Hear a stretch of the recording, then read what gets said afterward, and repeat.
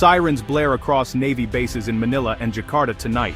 Reports say Chinese vessels have pushed closer to disputed waters. The South China Sea is again a powder keg. The world is watching every move the Philippines and Indonesia make.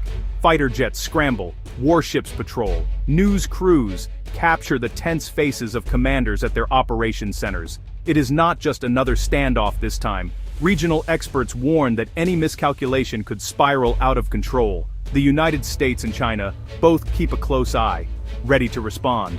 For the Philippines and Indonesia, military strength is not just about pride. It is a matter of survival. Civilians in coastal towns wonder if the situation will escalate. Families tune in to updates, anxiously awaiting news. The question on everyone's mind: if conflict erupts, which country has the edge? This is the story of two nations, neighbors, rivals, and partners, each building its military for a dangerous new era in Southeast Asia.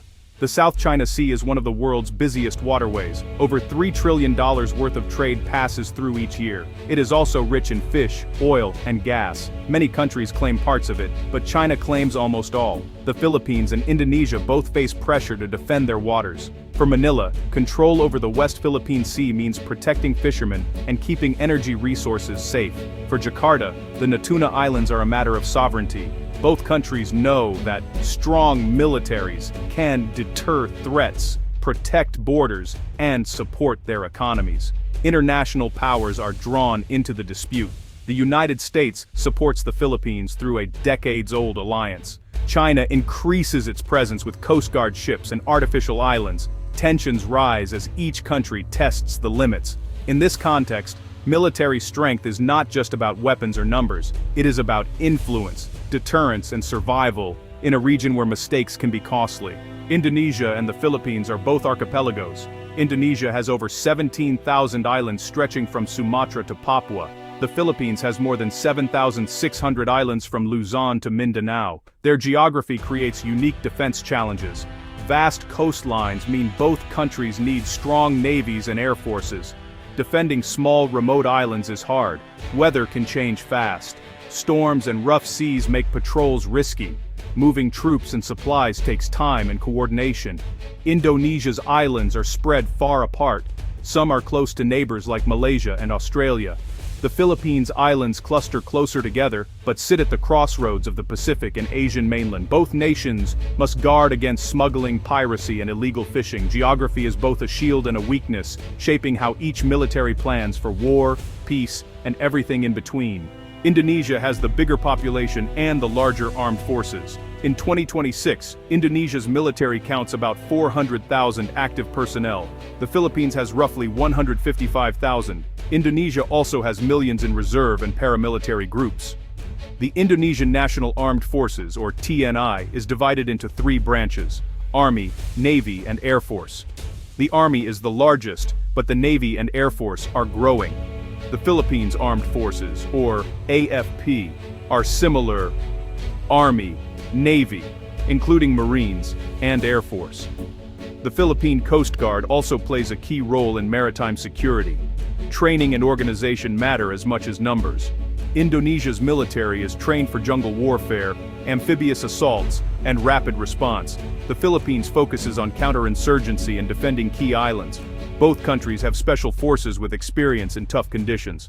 Manpower gives Indonesia an advantage, but both nations must use their forces wisely across vast, scattered territories. Navies are the front line in the South China Sea. Indonesia's navy operates more than 140 ships, including 8 submarines. Its fleet includes frigates, corvettes, fast attack craft, and amphibious ships. Indonesia has invested in modernizing its vessels, adding new warships and upgrading old ones. The Philippine Navy is smaller, with about 80 ships. Most are patrol vessels, with a few modern frigates and corvettes. The Philippines does not have submarines, but plans to acquire them in the coming years. Instead, it relies on fast attack boats and Coast Guard ships for patrols and law enforcement. Both countries are racing to modernize. Indonesia is building new submarines with South Korean help. The Philippines buys second-hand ships from allies like the US and South Korea, and has just commissioned new guided missile frigates. Indonesia's navy is stronger and more advanced, but the Philippines is catching up, focusing on quality and modern technology. Control of the skies is vital in any modern conflict. Indonesia's air force has about 240 combat aircraft, including F-16s, Sukhoi Su-27s, and Su-30s. It also operates transport planes, helicopters, and drones. The Air Force is upgrading old jets and buying new ones, aiming for a balanced mix of Western and Russian technology. The Philippine Air Force is smaller, with around 60 combat aircraft. These include Fa-50 light fighters from South Korea, newly arrived C-130J transport planes, and a growing fleet of helicopters and drones. The Philippines is modernizing fast, but still lags behind Indonesia in numbers and variety. Both countries face challenges in maintaining and upgrading their fleets. Spare parts and pilot training are constant issues. Indonesia can launch air patrols over longer distances, while the Philippines focuses on defending main islands and supporting ground troops. Indonesia's air force is bigger and has more advanced aircraft, but the Philippines is improving, investing in radar and air defense systems. Indonesia has a small but growing defense industry. State-owned PT PAL builds warships, and PT Pindad makes armored vehicles and rifles. Indonesia also assembles aircraft in partnership with South Korea and Spain. Still, most advanced weapons are imported, especially from South Korea, the United States, and Russia.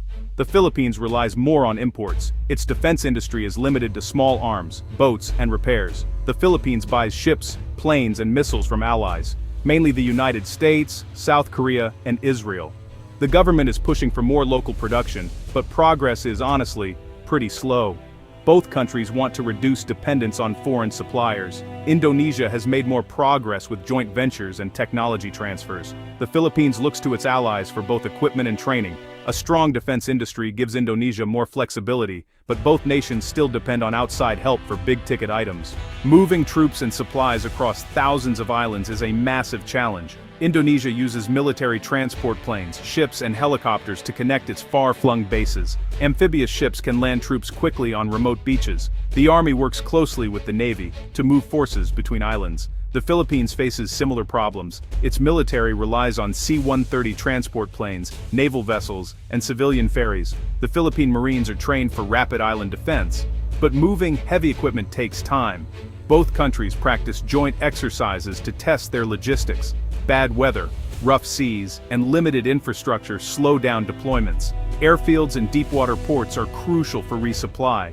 In a crisis, both militaries must act fast to defend isolated outposts or respond to emergencies. Logistics is the hidden battlefield. The country that moves faster can seize the initiative and defend its territory.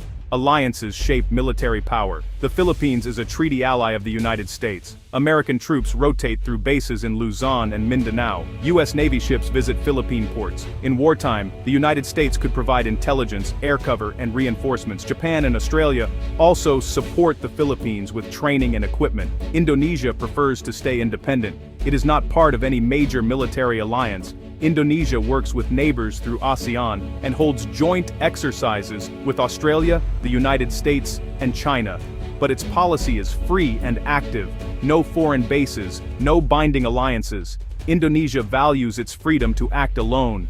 In a crisis, the Philippines can count on faster help from the United States and its partners. Indonesia must rely on its own strength and diplomacy. Alliances can tip the balance. A strong friend may be worth more than a dozen warships. In 2026, Indonesia has the stronger military on paper. It has more soldiers, a bigger navy, and a more advanced air force. Its defense industry is growing and its troops are trained for tough missions across islands and jungles. Indonesia can project power over larger distances and defend its vast territory. The Philippines is smaller but catching up. Its new warships and fighter jets are modern. Its alliance with the United States is a major force multiplier. In a real conflict, American support could quickly shift the balance. The Philippines is also improving its training, logistics, and local industry. The outcome of any clash would depend on speed, strategy, and outside help. If both countries stood alone, Indonesia is stronger, but with allies, the Philippines could match or even surpass its neighbor. In the South China Sea, military strength is not just about numbers, it is about partnerships, resolve, and the ability to act when it matters most.